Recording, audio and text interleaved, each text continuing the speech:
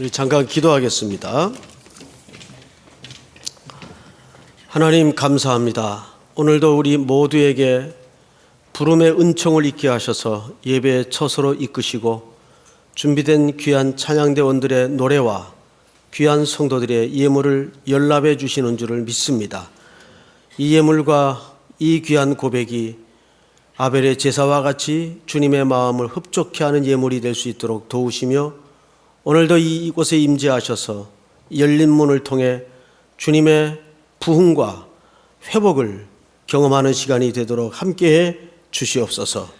미천한 종을 다시 한번 주의 자비로 덮어주시옵기를 바라옵고 예수님 이름으로 기도합니다. 아멘. 반갑습니다, 여러분. 자, 우리 인사 좀 하십시다. 반갑습니다. 잘 오셨습니다.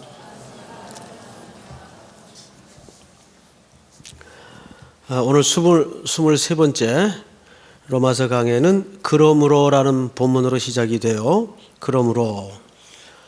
이 그러므로라는 말은 앞에 어떤 이야기를 받는 결론에 해당합니다. 해서 우리는 앞에 전체 10장까지를 모두 살펴볼 수는 없고 우리 10장 21절 한 절만 한번 보도록 할까요? 21절 같이 한번 읽을까요? 시작. 이스라엘에 대하여 이르되 순종하지 아니하고 거슬러 말하는 백성에게 내가 종일 내 손을 벌렸노라 하였느니라. 아멘. 이 말은 이스라엘 백성들이 하나님 앞에 불순종하는 장면을 소개하면서 또 거기에 대응하시는 하나님의 태도를 딱 한 절 속에 다 담아내고 있습니다. 이스라엘 백성들은 하나님에 대해서 건건마다 시시때때로 한 번도 온전히 섬긴 적도 없고 패역의 길을 걸었습니다. 그런데 그런 백성들을 향해서 하나님이 내가 종일 내 손을 벌렸노라 하였느니라. 제가 동작을 한번 상상을 통해서 표현해 볼 테니까 한번 보세요. 내가 종일 내 손을 벌렸다. 이 말이 뭘까? 하나님께서 이스라엘 백성들을 향해 종일 손을 벌렸대요. 자, 이렇게 손을 벌렸다는 거죠. 이게 무슨 뜻일까요? 다 줄게 그런 말일까요? 이 말은 제가 어느 책을 이렇게 찾다가 이렇게 딱 눈에 포착이 되는 특이한 제목 하나를 발견했어요. 독일의 신학자인데 누가복음 15장을 강해한 아주 깊은 의미가 담긴 책입니다. 그런데 그 책 제목이 뭐라고 써 있는가 하면 기다리는 아버지라는 표현을 썼어요.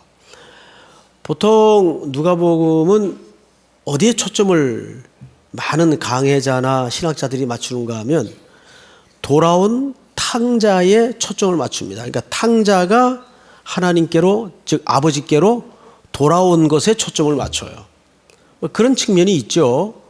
한데 사실 그 본문은 탕자가 회개하고 돌아왔다는데 1차적인 초점이 있지 않고 그 초점의 진짜 의미는 그럼에도 불구하고 그 방탕한 아들을 끊임없이 문 밖에 서서 기대어 기다리는 아버지의 마음을 표현한 겁니다.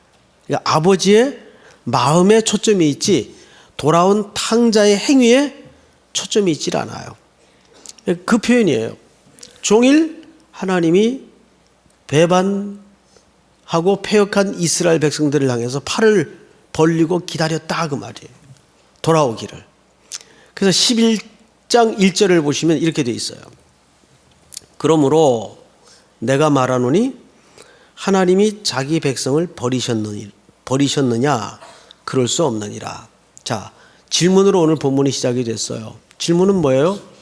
그러므로 하나님이 자기 백성을 버리셨느냐? 그렇지 않다 그 말이에요. 바울이 이 얘기를 왜 하게 되었을까요? 여기에는 이스라엘 백성들의 지독한 하나님에 대한 오해와 편견이 있었습니다. 그 편견이 이런 겁니다. 하나님은 우리를 버렸어. 하나님은 우리를 심판했어. 우린 버림당한 존재야. 그렇지 않고서야 우리가 이렇게 오랜 세월 유랑하고 흩어진 민족으로서 고난 속에 집어 던져질 수가 없어. 하나님은 우리를 버렸어. 우린 심판당한 거야. 이런 지독한 하나님에 대한 편견과 오해를 갖고 있었어요. 뭐 우리를 택한 백성, 선민 그랬지만 결국 하나님은 우리를 버렸어. 심지어 이게 어디까지 발전을 했는가 하면 우리는 구원받지 못했어. 하나님의 구원은 실패야. 이렇게까지 의식이 발전을 합니다. 자, 그러면 이런 상상과 생각이 과연 오늘날 일부 우리들에게는 없을까요? 제가 아는 그 어느 친구가 아주 어려운 일을 당했어요. 그 내용을 다 자세히 소개할 수는 없지만 정말 가지 못할 자리까지 가게 되었어요. 지독한 환난을 겪었습니다.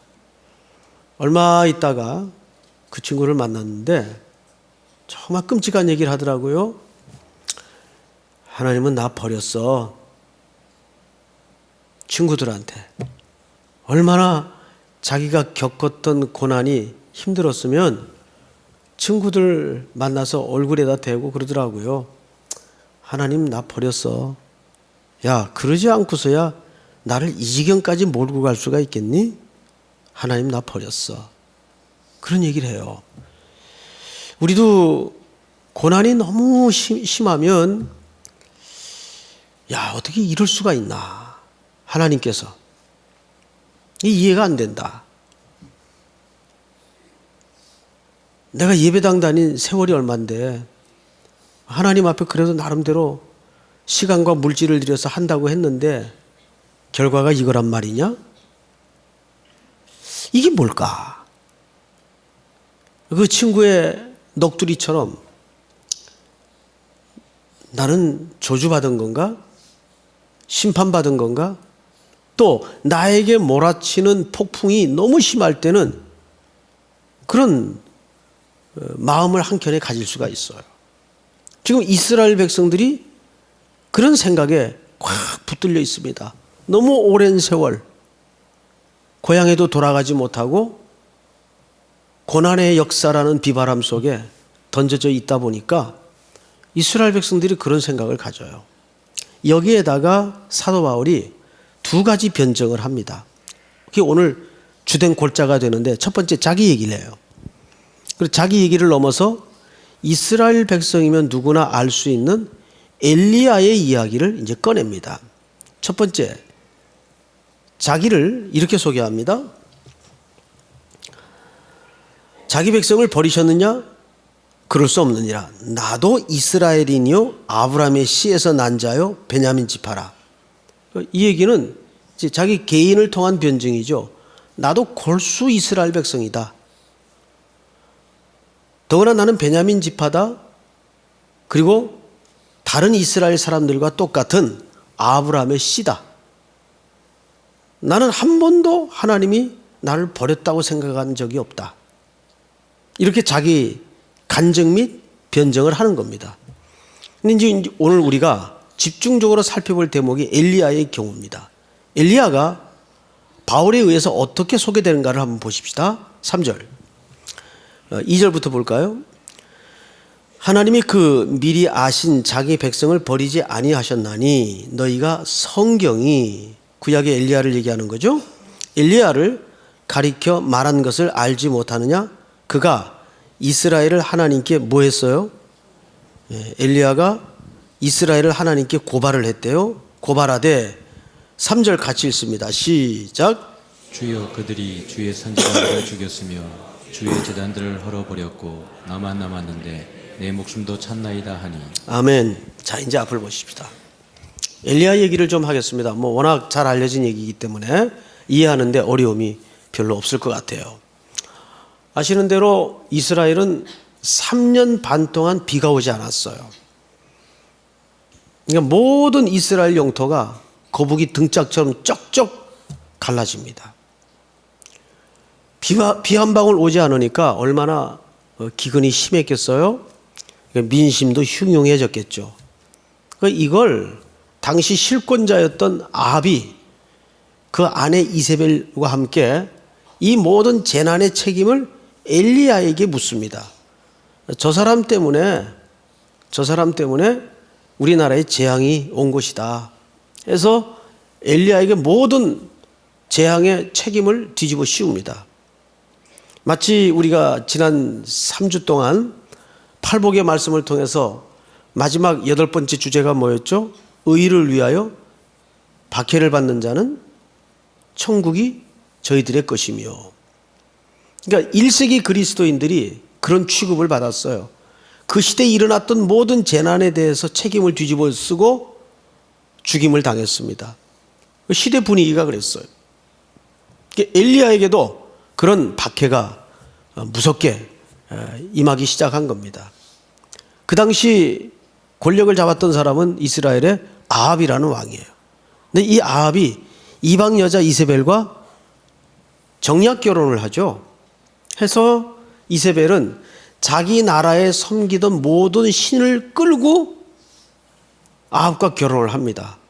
그래서 여호와의 종교가 뒤섞여져서 혼합 종교가 됩니다. 그래서 많은 이방 제사장들이 이스라엘 안에서 다양한 신을 섬기며 활동을 하던 그런 영적으로 암울한 시대였어요.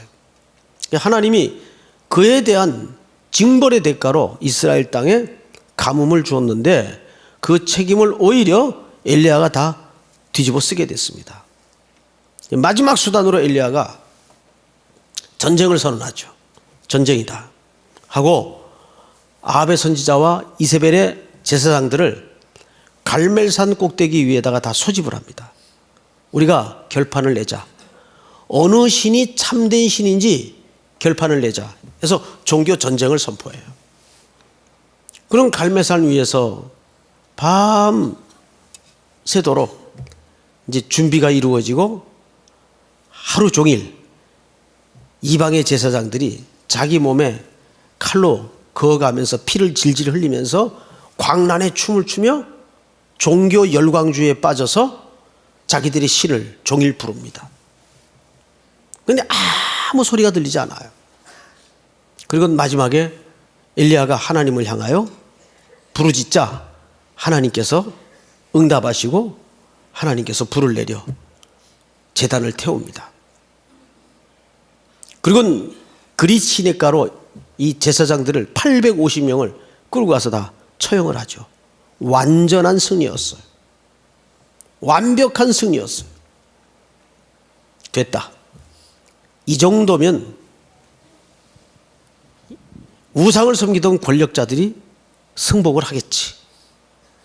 설득당하겠지 하고 기다렸어요.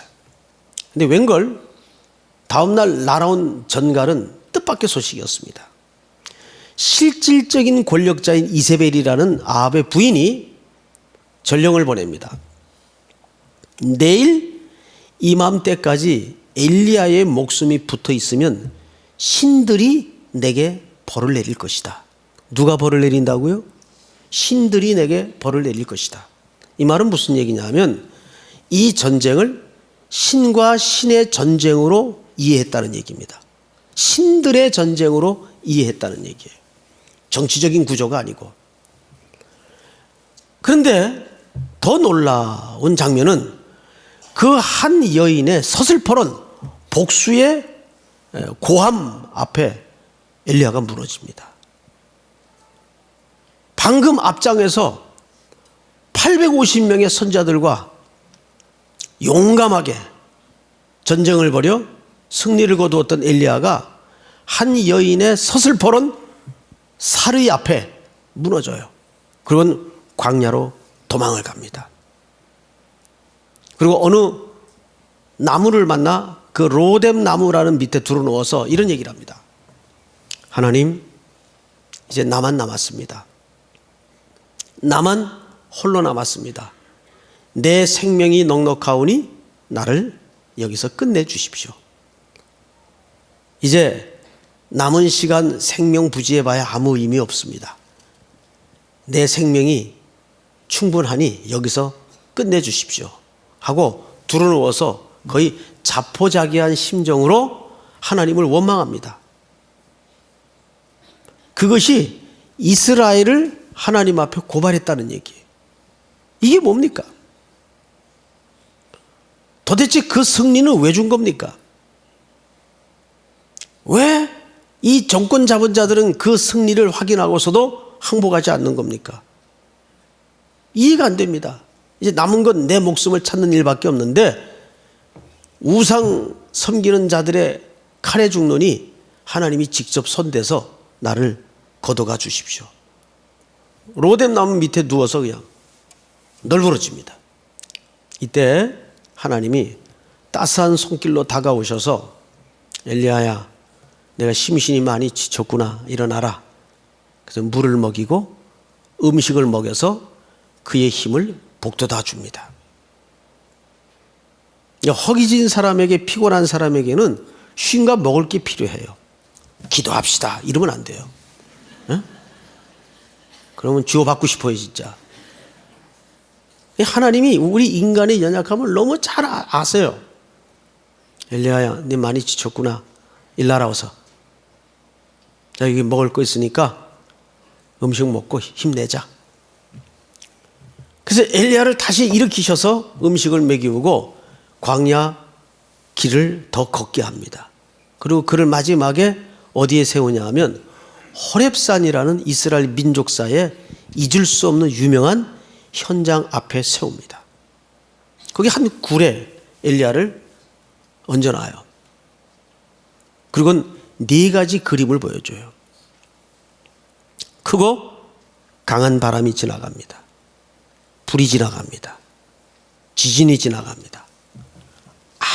아무 데도 하나님이 임재해 있지 않았어요. 근데 마지막 네 번째 그림이 뭡니까? 세미한 소리가 들립니다. 콜 데마마 다카라는 말이에요.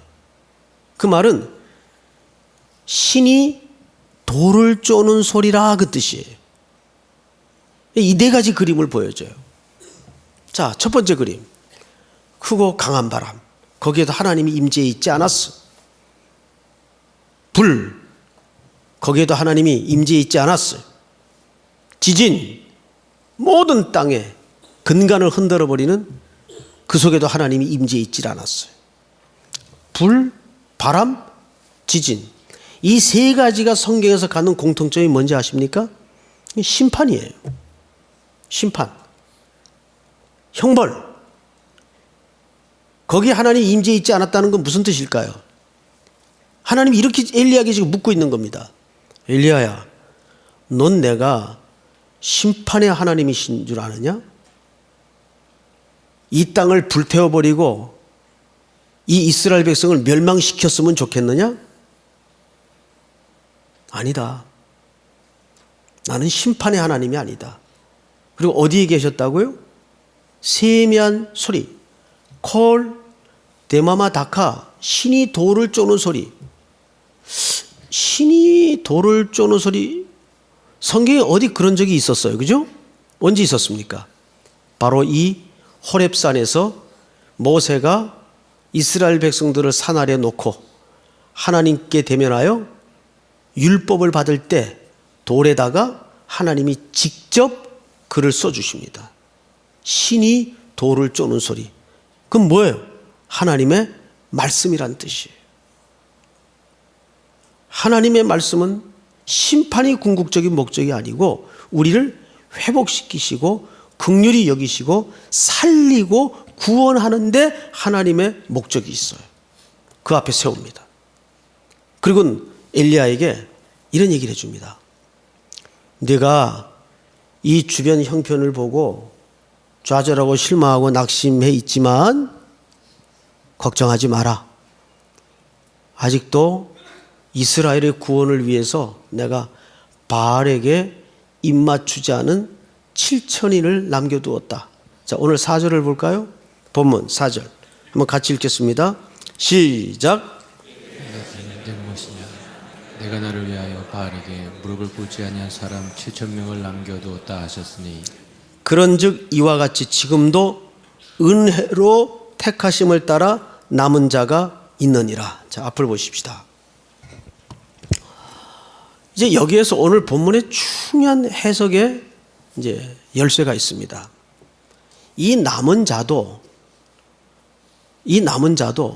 뭘로 남겨둔 겁니까? 은혜로 택함을 입은 자를 남겨둔 겁니다. 믿습니까? 그러니까 하나님은 이런 은혜로 택함을 입은 남은 자를 통해서 하나님의 뭘 드러내시죠?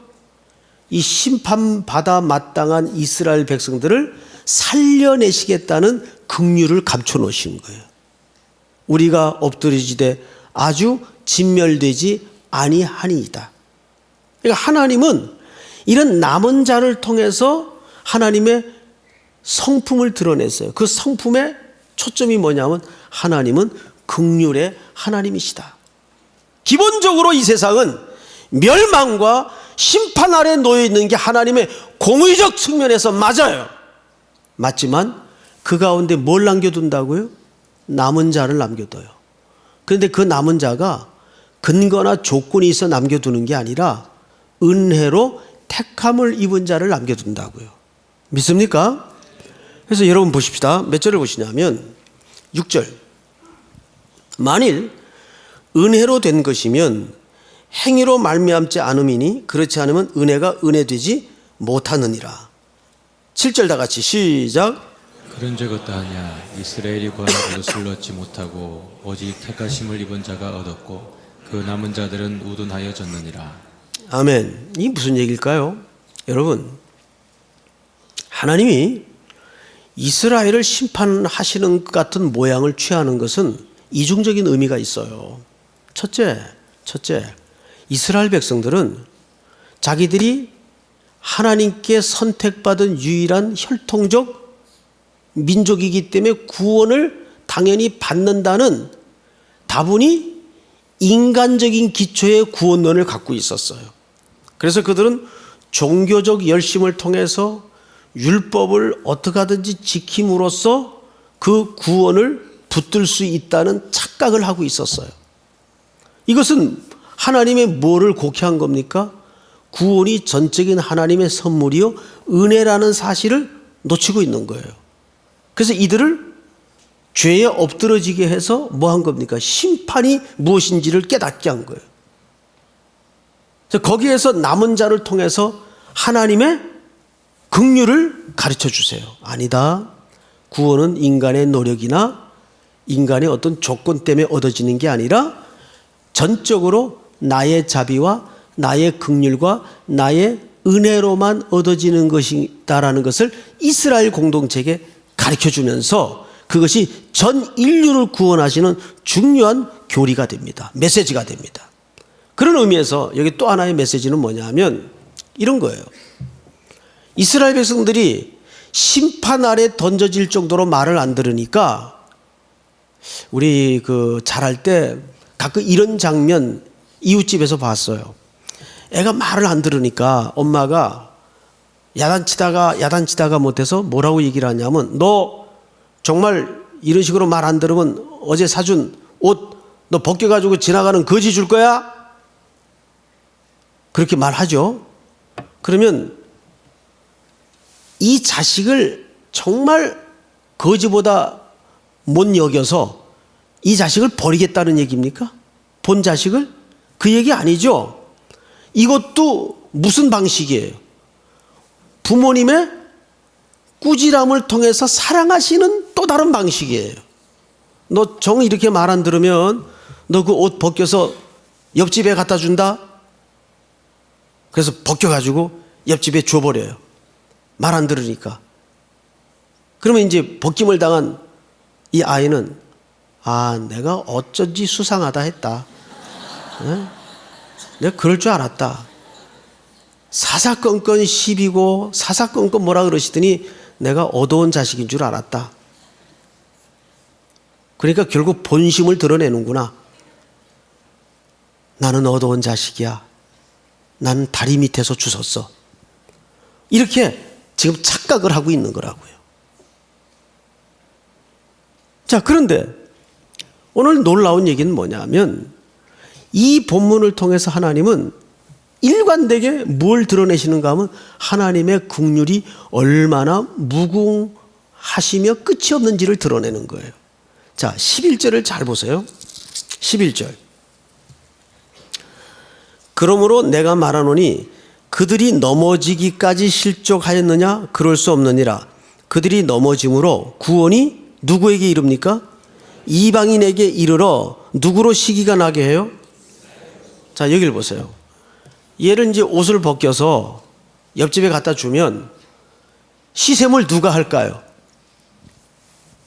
본 자식이 시샘을 한단 말이에요. 방금 말씀드린 것처럼. 그래서 그들이 나중에는 돌아오게 만든다고요. 그런데 12절을 잘 보세요.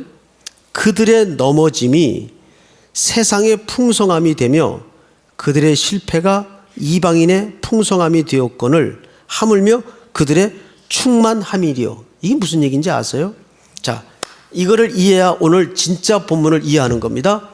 제가 설명을 쉽게 하긴 할 텐데 못 알아들으시는 건 제 책임이 아니에요. 여러분들 책임이에요. 자, 이런 얘기예요. 사도 바울이 이렇게 결론을 맺는 겁니다. 오늘 11장은 굉장히 자세히 들여다보면 논리적인 전개예요. 이스라엘 백성들아, 생각을 해봐라.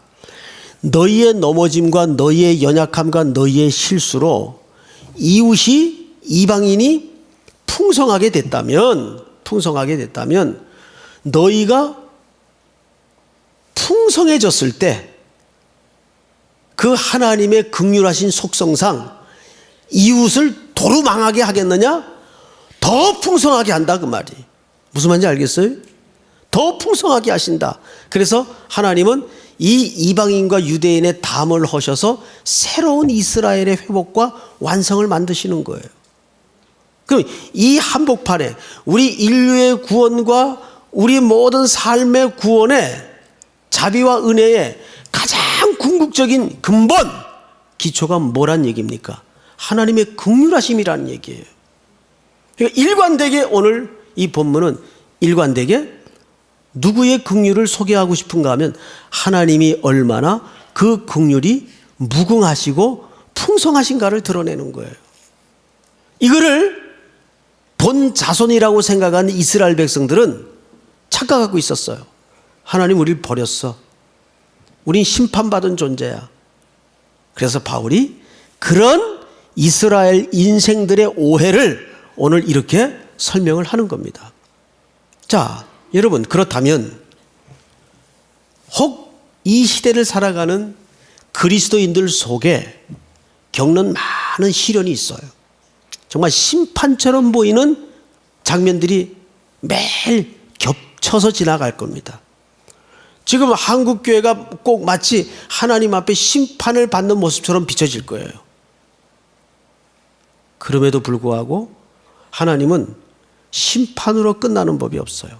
우리 북한 지하의 교회, 전쟁을 통해서 모든 교회가 무너지고 십자가가 꺾였을 때 심판이라고 생각을 했을 거예요. 저는 그렇게 생각하지 않습니다. 심판이 아니라 하나님은 이 북한 땅에 남은 자들을 남겨둠으로써 하나님의 긍휼을 지금도 드러내고 계십니다. 하나님의 인자와 긍휼은 무궁하심으로 우리가 진멸되지 아니하니이다. 이것이 아침마다 새로우니 주의 긍휼이 크도소이다. 에레미야가 이 얘기를 언제 한지 아세요? 이스라엘 땅이 심판과 멸망 아래 놓여 있을 때 하나님의 성품을 걸고 하나님의 긍휼을 노래한 거예요. 이 가운데도 하나님은 역사의 고난을 뚫어내시고 하나님은 긍휼을 드러내실 것이다. 우리를 매일매일 구원하러 뚜벅뚜벅 말씀과 약속을 따라 나에게 찾아오실 것이다. 믿습니까? 오늘도 이 긍휼에 여러분들의 운명을 걸고 여러분들의 일상을 걸고 또 남은 2014년 한 주를 주 안에서 승리하는 큰 은혜가 있기를, 주의 긍휼이 있기를 주님의 이름으로 축복합니다. 우리 다 일어나십시다. 6월절 어린 양의 피로